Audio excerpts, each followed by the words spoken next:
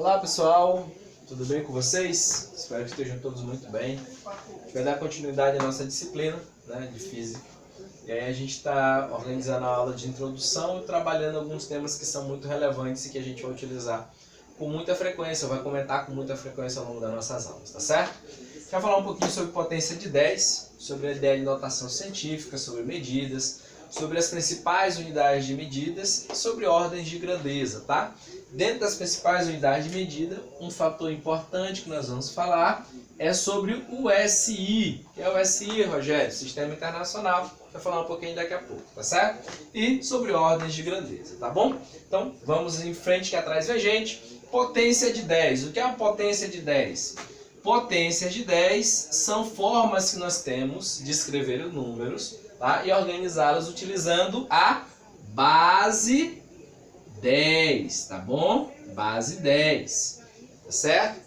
Normalmente vocês aprenderam, lá na matemática, no ensino fundamental, que a gente pode escrever números na base 10 com o expoente negativo, tá? Ou a gente pode escrever os números em base 10 com o expoente positivo, tá? Ou eu posso escrever com expoente negativo ou com expoente positivo. Quando é que eu escrevo com expoente negativo? Quando o número ele é muito pequeno. Número muito pequeno, a gente usa o expoente negativo. Quando o número é muito grande, a gente usa o expoente positivo. Então a gente usa o expoente positivo quando o número ele é um número grande, tá ok? Vamos usar alguns exemplos aqui para vocês. Exemplo de número muito pequeno, tá bom? Posso escrever aqui o 0,005. Eu posso escrever um número grande. População do mundo, por exemplo, tá? Exemplo 1. E aqui nós temos o exemplo 2. Exemplo 2. O exemplo do número grande. O número da população do mundo. A população do mundo é de aproximadamente 7 bilhões de pessoas. Pouca gente, muita gente, hein? Muita gente mesmo, tá? Então vamos escrever esses números muito grandes ou muito pequenos, tá? Como é que a gente faz para escrever esses números? Preste atenção, utilizando a base 10. Eu ando com a vírgula. Se eu estou com um número muito pequeno, eu ando da vírgula da esquerda para a direita. Então, nesse caso aqui eu vou andar com a vírgula 1, 2, 3, 4 casas decimais. Então eu fico com 5 vezes 10 elevado, eu andei 4 casas decimais, 10 elevado a menos 4. Tá bom? E aqui, o número é muito grande, então eu ando com a vírgula da direita para a esquerda. Então isso aqui vai ser 1, 2, 3, 4, 5, 6, 7, 8, 9, 9 casas decimais. Então 7 vezes 10 elevado a 9, ok? Observa que aqui o número é negativo e observa que aqui o número é positivo, ok? Números muito pequenos, o expoente tem que ser negativo. Números muito grandes, o expoente tem que ser positivo. Mas, Rogério, eu só posso escrever dessa forma utilizando a base 10? Não. Eu poderia, por exemplo, acrescentar mais um zero aqui, ó. E se eu acrescentar mais um zero, como é que ficaria? Eu ficaria com 50 vezes 10. Quantas casas decimais? 1, 2, 3, 4, 5 casas decimais. Então, 50 vezes 10 é menos 5. Tá? Ok?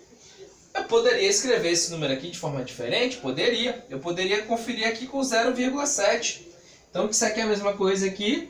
0,7. E quantas casas decimais teria esse número? 1, 2, 3, 4, 5, 6, 7, 8, 9, 10 casas decimais. Tá?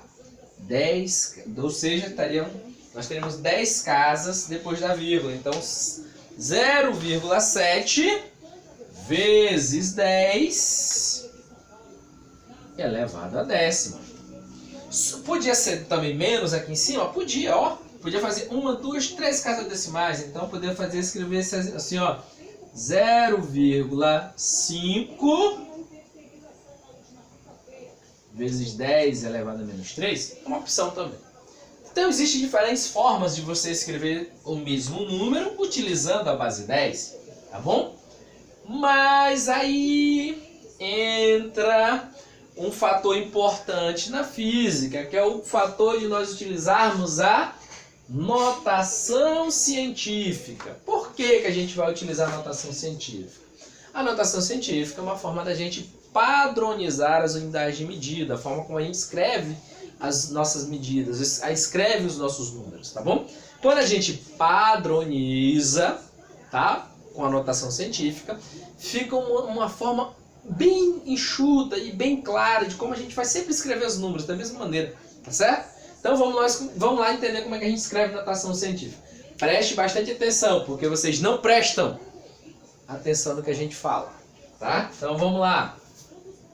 Olha só, eu imagino que eu tenho o seguinte número: 1,675 vezes 10 elevado a menos 2. Ah, professor, esse é um número bonitinho, né? É. Agora imagina, ontem, para quem não sabe, tá? Dá uma informação importante para vocês. Ontem foi o dia do pi.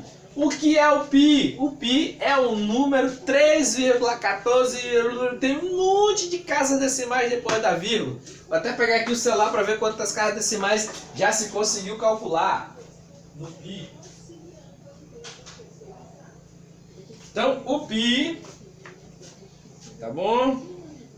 Deixa eu pegar aqui o pi rapidinho. Número pi.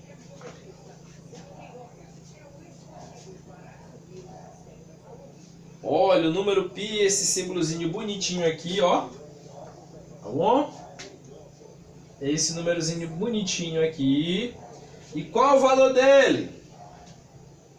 Rapaz, depende, a gente aproxima ele, tá bom? A gente faz uma aproximação muito grande. Ele é aproximadamente 3,14. Mas é 3,14? Não. Tá? Ele tem... A gente pode escrever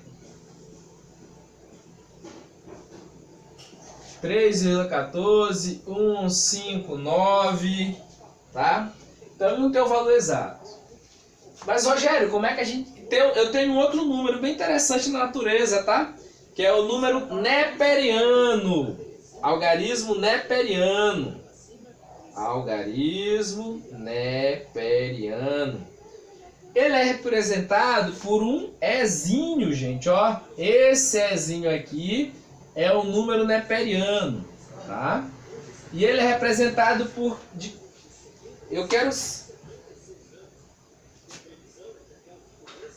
O valor do E é de aproximadamente 2,1828182 e assim sucessivamente.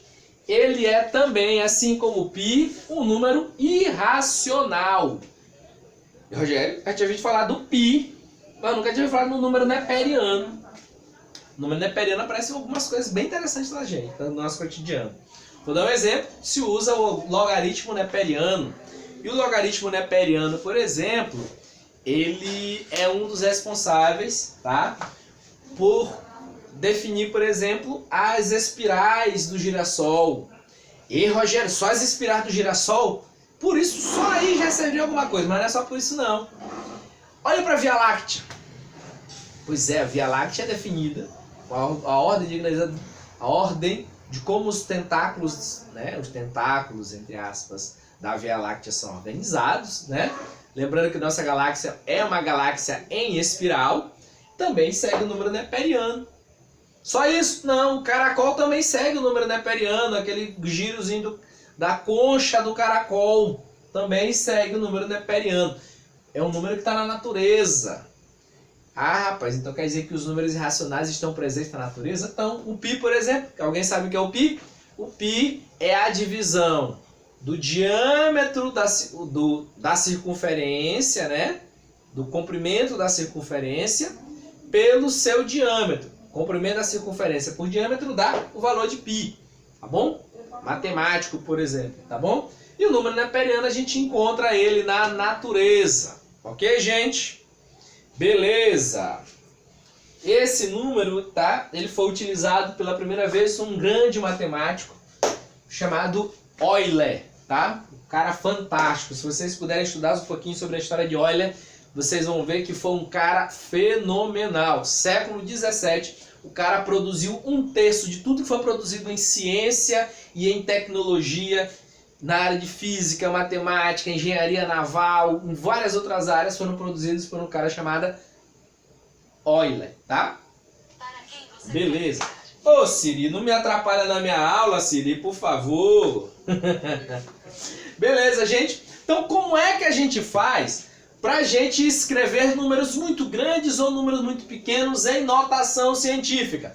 Preste atenção. Vamos lá. Olha só. Então, tem esses números aqui. Por que eu não vejo o π escrito desse modo?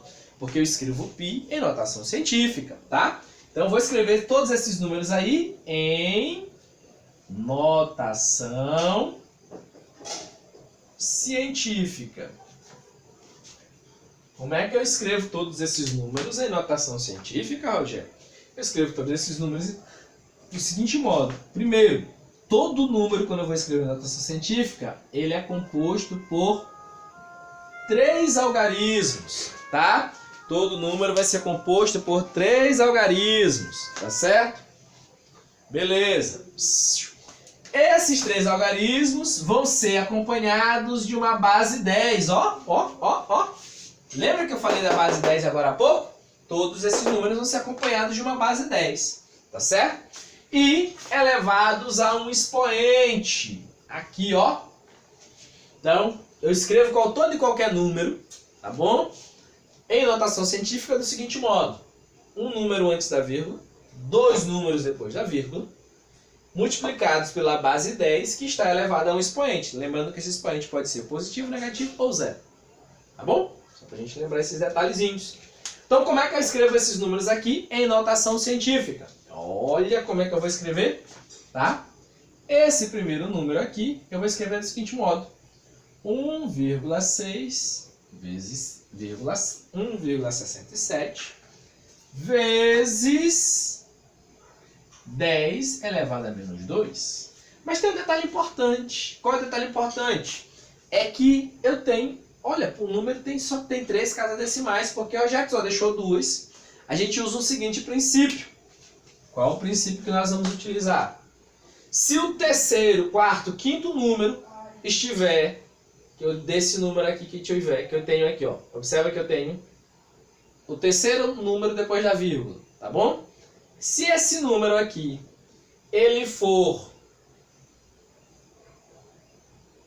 menor que 5, eu simplesmente elimino. Se ele for igual,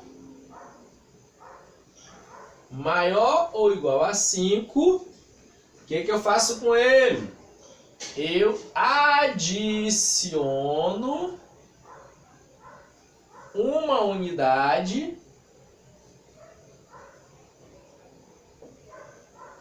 ao anterior. Então, olha, então quer dizer que se... Mas professor, então esse número não é maior que 5? Não é maior ou igual a 5? Sim, ele é maior ou igual a 5. Então, se ele é maior ou igual a 5, eu não posso botar 6,67. Eu tenho que botar 6,68 vezes 10 elevado a menos 2. Aí agora eu escrevi esse número em notação científica. Por que eu escrevi o número em notação científica? Um número antes da vírgula, 2 números depois da vírgula, acompanhado da base 10, elevado ao expoente 2. Nesse caso, menos 2, tá bom? Quer dizer que esse número aqui é muito pequenininho, certo? O número π, como é que eu escrevo o número π em notação científica? Eu posso escrever o número π em notação científica como sendo, ó, 3, vamos lá. Eu elimino 9, pela regra, ó. Se eu eliminar o 9, eu faço o quê? Somo. 9 não é maior ou igual a 5? Sim, 9 é maior ou igual a 5. Então eu somo 1 ao anterior. Então, no vez do 5, eu vou escrever o número 6. Já tem só 2 casas decimais nesse número? Não, tem 1, 2, 3, 4. Eu tenho casas decimais. 1, 2, 3, 4 casas decimais. Ah, então eu vou ter que organizar de novo. Beleza. Eu tenho 6, ó, na quarta casa decimal. Só um instantinho, gente.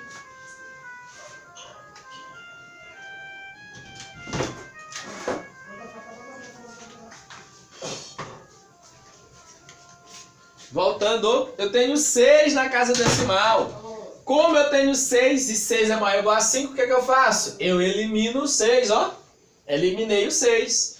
E somo 1 ao anterior. Então, no lugar do 1 aqui, eu coloco um número 2. Lembra que no lugar do 1 agora eu vou substituir por 2. Por quê? Porque eu ganhei 1 do número anterior.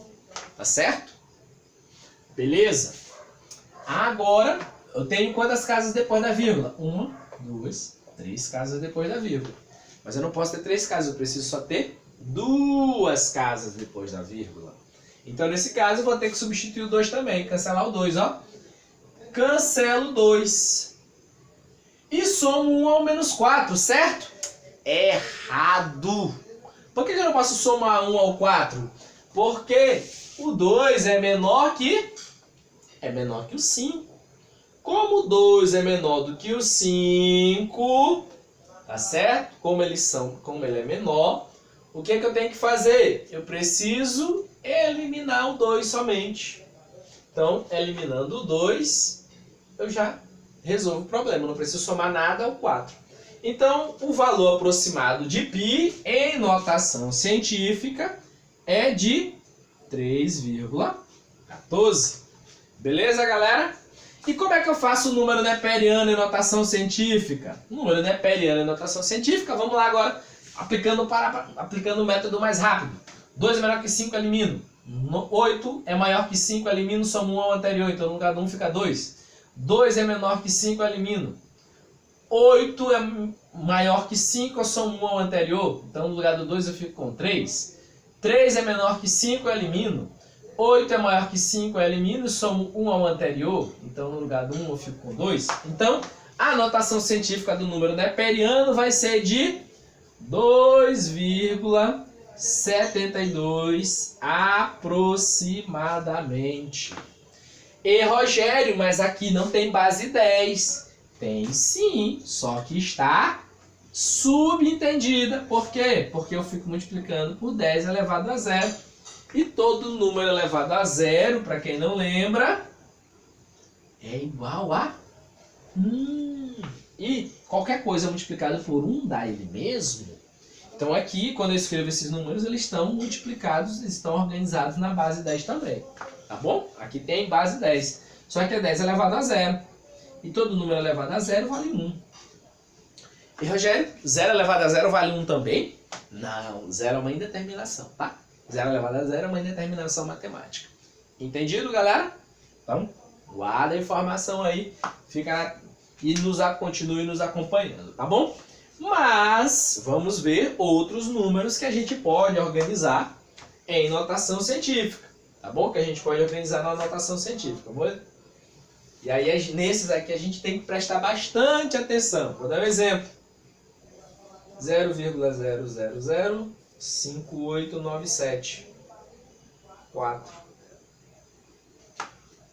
Deixa eu aqui, só organizar esse númerozinho aí que ficou igualzinho a minha cara. Como é minha cara? Feio pra puxa. Tá? Então vamos lá. Ou eu posso escrever um número muito grande.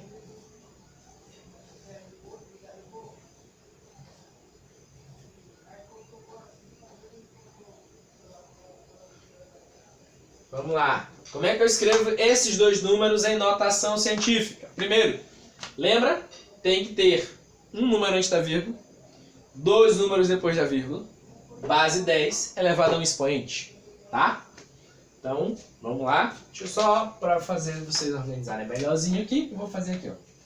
Aqui eu tenho um algarismo, outro algarismo, e aqui elevado a um expoente. Tá bom? Beleza. Então vamos lá. Vamos organizar aqui também? Então, vou andar com a vírgula. Uma, duas, três, 4 casas decimais. Por que só 4 casas decimais? Esse número é muito grande. Porque eu preciso só ter um algarismo antes da vírgula. Então esse algarismo vai ser o 5. Tá?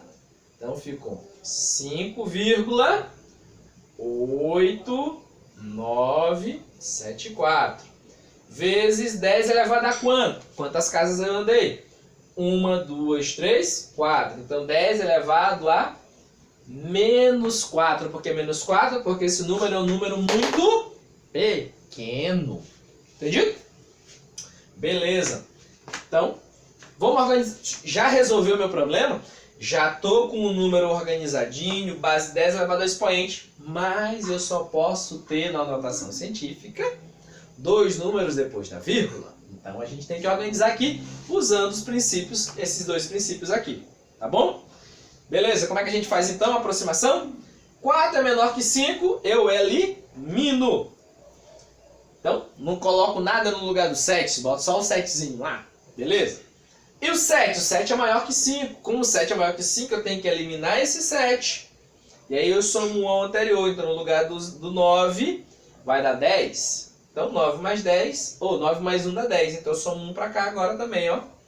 Então, esse aqui é aproximadamente 5,90. Por quê, gente? 89 mais 1, ela dá quanto? 89 mais 1 dá 90. Então, 5,90 vezes 10 elevado a menos 4. E aqui, vamos como é que a gente vai organizar? E a gente organiza do seguinte modo. Quantas casas decimais? 1, 2, 3, 4, 5, 6, 7. Então ficam 7,381,4,3,5,7 vezes 10. 1, 2, 3, 4, 5, 6, 7. Vezes 10 elevado a sétima. Por que sétima? Porque esse número aqui é muito grande, ó. Então o número, o expoente vai ser positivo. Tá bom? O expoente é positivo. Beleza. Isso aqui é aproximadamente, vamos agora arredondar para a notação científica. Olha só. 7 eu elimino. Fica, no lugar do 5 fica 6. 6 eu elimino. Somou o anterior. Então 3 mais 1, 4. 4 eu elimino, não coloco nada. 4 eu elimino, não coloco nada. 1 eu elimino, não coloco nada. Então isso é aproximadamente a 7,38 vezes 10 elevado a sétima. Ok? Então a gente fez aí a nossa organização de notação científica. Ok, galera? Entendido até aqui? Eu espero que sim. Então, vamos lá. Vou apagar aqui desse outro lado para a gente dar continuidade à nossa aula, certo? Espero que vocês estejam conseguindo acompanhar. Informação importante. Quando estiver entendendo, você pode parar, voltar um pouquinho o vídeo, tá bom? Por favor. É fundamental que vocês consigam acompanhar com qualidade, tá? Vocês consigam aí fazer um acompanhamento com qualidade. E por favor, estudem. Use o livro, tá bom? Do livro, o conteúdo que nós estamos abordando é da página 10 até a página 17, tá bom? E outra, tome nota do que a gente está anotando aqui no seu caderno, tá?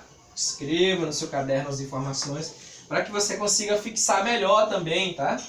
O que você está estudando, tá certo? Beleza, então. Agora a gente vai falar um pouquinho sobre medidas. Gente, o que são medidas? Medida é tudo aquilo que a gente consegue realizar utilizando um padrão, certo? E aí, o que a gente usa padrão? O que é o padrão? Como era que eram feitas as medidas antigamente? Vamos prestar atenção e entender uma coisa. Existem alguns padrões que nós utilizamos no nosso cotidiano, no nosso dia a dia, né? Por exemplo, quando a gente está na infância, a gente quer medir o tamanho de uma linha, para ver se o tamanho de uma linha é maior do que o outro. A gente usa o palmo, né? Mede o palmo. Quando a gente está fazendo aquele brincando, né, de jogar bola, né, e vai montar o travinho lá na rua com os tijolos, a gente faz o quê? A gente mede no passo, né? Aí o malandro, muito esperto, daquele menino que é maior do que tu, no começo do jogo tu começou a marcar lá e tu fez o gol com 4 passos teu, bacana. Aí o teu adversário que era maior do que tu, quando ele derrubou o trave, ele foi lá e ajeitou o teu trave. Sabe como foi que ele ajeitou o teu trave? Ele organizou o teu trave agora com 4 passos do pé dele, ó. E aí, galera, o que, que vai acontecer se ele organizar com os passos dele, não com o teu? É lógico, se ele é maior do que o teu, ele também tem um pé maior do que o teu. Se ele tem um pé maior do que o teu gol vai ficar maior. Se o teu gol ficar maior, fica mais fácil ou mais difícil dele acertar? Ah, quer dizer o quê? Porque passo, gente, não é uma medida que a gente chama de medida padrão. É uma forma de medir? É sim. Tá? É uma forma interessante de fazer a medida. Palmo é uma forma interessante de fazer a medida. Braço também é uma forma... Olha, gente, isso aqui é uma forma também de fazer medida, tá bom? Só que não é uma forma usual, não é uma forma padrão, certo? Por quê? Porque cada um de nós pode apresentar o tamanho de palmo, o tamanho de pé, o tamanho de braça, diferente. Então a gente precisa definir alguns padrões de medida, tá bom? Então, na física a gente realiza muita medida, tá certo? Então existem coisas que a gente precisa medir. Vou dar um exemplo. Quando você vai no comércio, você compra 1 quilo de arroz, você compra 1 quilo de feijão, você compra 1 quilo de farinha. Mas quem te garante que aquele tem 1 quilo de arroz, tem 1 quilo de feijão, tem 1 quilo de farinha? É porque alguém realizou uma medida. O cara da Semar passa todo dia na tua porta, né? Aliás, todo dia não, uma vez por mês ele passa na tua porta para fazer o quê? Uma medida. Se na tua casa vocês pagam pela água, né? Pelo consumo de água, se na tua casa vocês têm água encanada da companhia de águas, né? O que vai acontecer? O que ele vai fazer lá? Uma vez por mês ele vai passar na tua porta para fazer o quê? Uma medida. Tá? A companhia elétrica também passa lá para fazer uma medida. Tá ok? Então, as medidas elas estão presentes no nosso dia a dia das mais diferentes formas, tá bom? Quando você vai fazer o alistamento militar, o que você faz? Você chega lá, 18 anos, tem aquela propaganda na televisão, né? Você precisa se apresentar e tal. Venha para o serviço militar, sua vida vai mudar completamente, papai, você tá lá empolgado e vai, né? Empolgado vai lá no serviço militar. Beleza, quando você chega lá, o que eles fazem? Eles colocam lá na parede, encostar. Aí colocam você, pergunta, e vão aferir a sua altura. Eles estão realizando uma medida, tá? Então, as medidas, elas estão presentes no nosso dia a dia. Quando você vai na farmácia, né? Farmácia. E você vai lá e sobe na balança para ver qual a sua massa. E professor, não é meu peso não? Não, você não mede seu peso, tá? Você está ali aferindo a sua massa, tá bom? A gente vai discutir esse pouquinho mais na frente, esse tema de massa, peso, são duas coisas que são diferentes. Você vai aferir sua massa lá na balança, então você vai estar realizando uma medida. Entendido? Legal? Vamos para frente então. Unidade de medida. Existem algumas grandezas que são grandezas que a gente denomina em física como grandezas que são fundamentais, tá? E professor, o que é grandeza? Grandeza é aquilo que eu meço, aquilo que eu tenho que medir, aquilo que eu vou medir, né?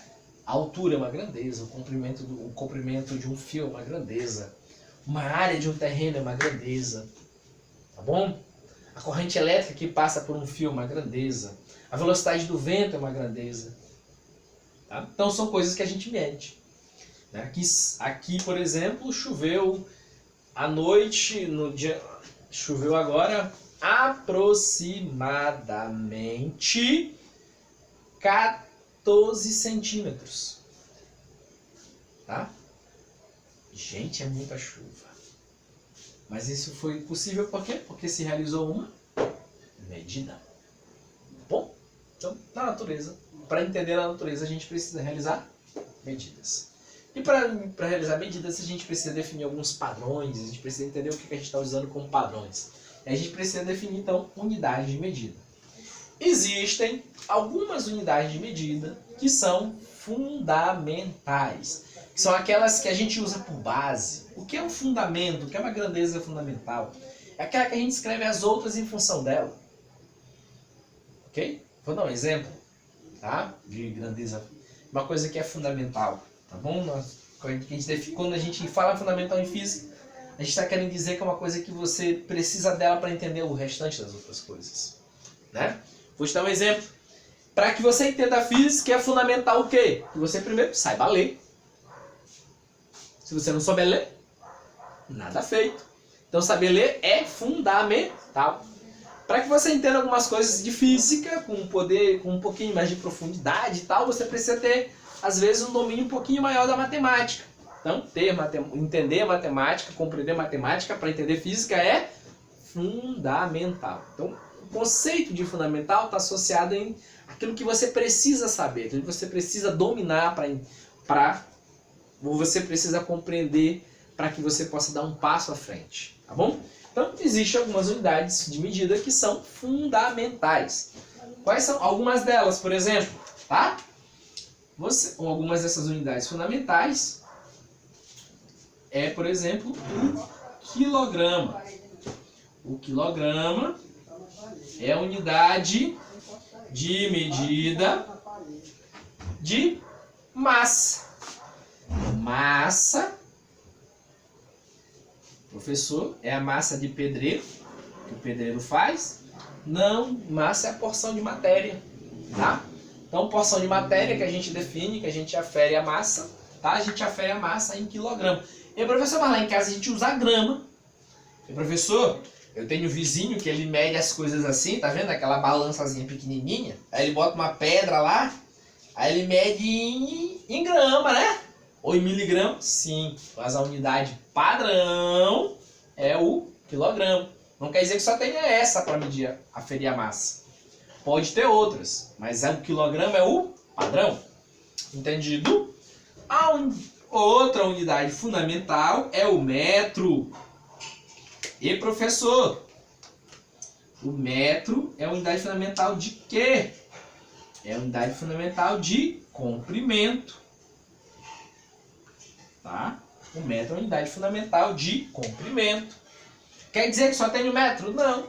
Tem a polegada, tem o centímetro, tem o milímetro. É lógico. Por exemplo, eu vou falar de volume de chuva, não vou dizer caiu 30 metros de chuva. Não. A gente usa, olha, caíram 140 milímetros de chuva hoje. Entendeu? Então, tem outras unidades. Mas a fundamental, aquela que a gente usa como padrão, é o metro. Tá bom? De tempo. De tempo você... Ah, professor, de tempo eu sei. É a hora. Errado. Tá? De tempo não é a hora, gente. De tempo, por incrível que pareça, é o segundo. E professor, porque é o segundo. Se o segundo é rapidão, como diz você, como diz algum de vocês, porque o segundo, se o segundo é rapidola, tá? Porque o segundo, ele pode ser um instante, pode ser um tempo muito pequeno para algumas coisas que a gente faz. Mas ele pode ser uma eternidade para outras coisas. Tá? Pode ser uma eternidade para alguns outros fenômenos. Tá bom? Eu tenho um amigo que ele ia se afogando, né? A gente estava nadando e tal, ele ia se afogando. E aí, quando a gente salvou ele, tirou ele da água, ele disse assim, eu vi minha vida todinha passar diante dos meus olhos. É para tentar, a gente passou alguns segundos se afogando, tá? Passou ele, mas nesse pouquíssimo tempo que ele passou se afogando, ele viu vários momentos da vida dele. Esses vários momentos passaram como para ele do quê?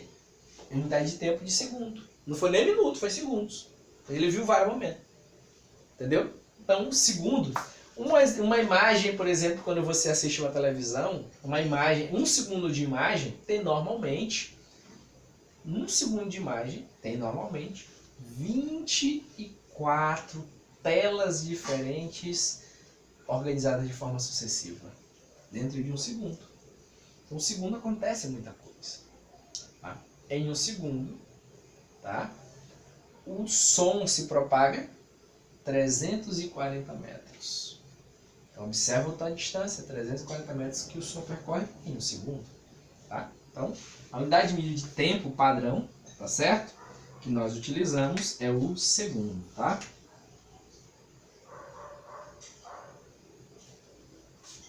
Só tem essas 3 unidades fundamentais? Não, existem mais, tá bom? Por exemplo, a unidade de temperatura.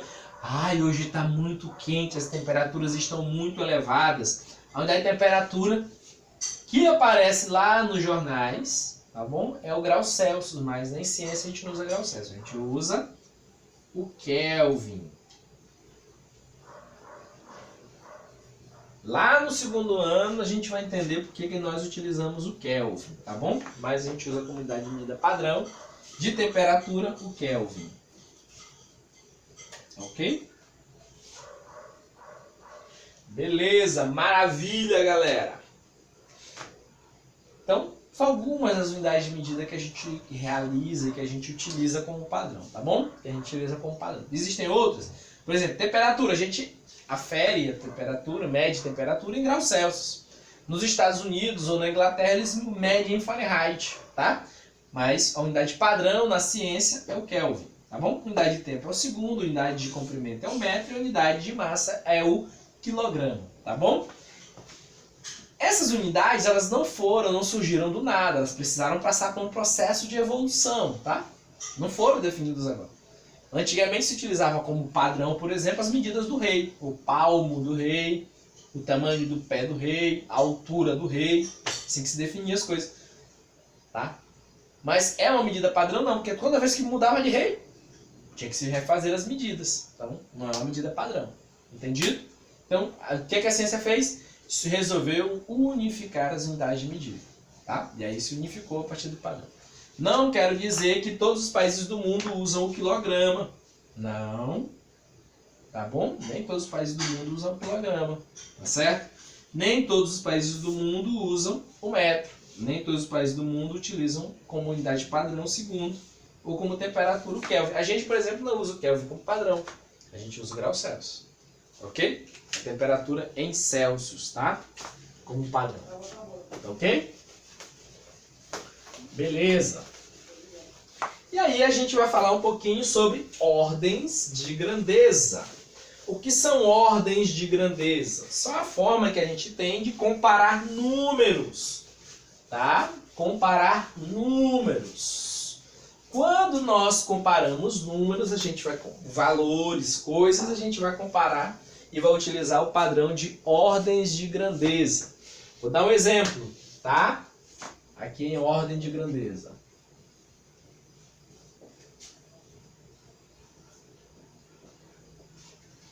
Eu tenho 5. Tem que escrever o número em notação científica, né? Então, 5,72 vezes 10 elevado à quarta.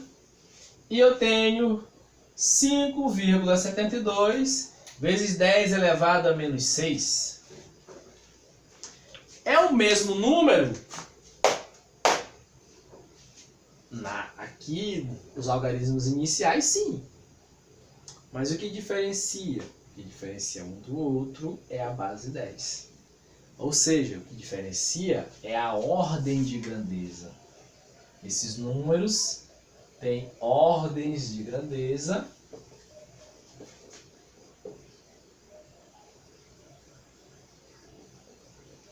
diferentes. E qual a diferença dessas ordens de grandeza? Tá? Diferença gigante. Quanto? Entre 10 elevado a 4 e 10 elevado a menos 6, como esses números são iguais, tá? Eu vou falar já quando esses números são diferentes, mas como esses números são iguais, eu faço a divisão, ó. Como é que eu divido esses dois números aqui? Eu pego... Olha, esse número aqui está com expoente negativo embaixo. Eu posso subir com o expoente e ele vai positivo. 10 a quarta vezes 10 elevado a sexta. Tá? Por que eu faço isso? Porque eles têm a mesma base, tá bom? Base 10, tá bom? Eu posso fazer isso. E tá aqui, ó. 10 a quarta vezes 10 a sexta. O que eu faço para a operação aqui, ó?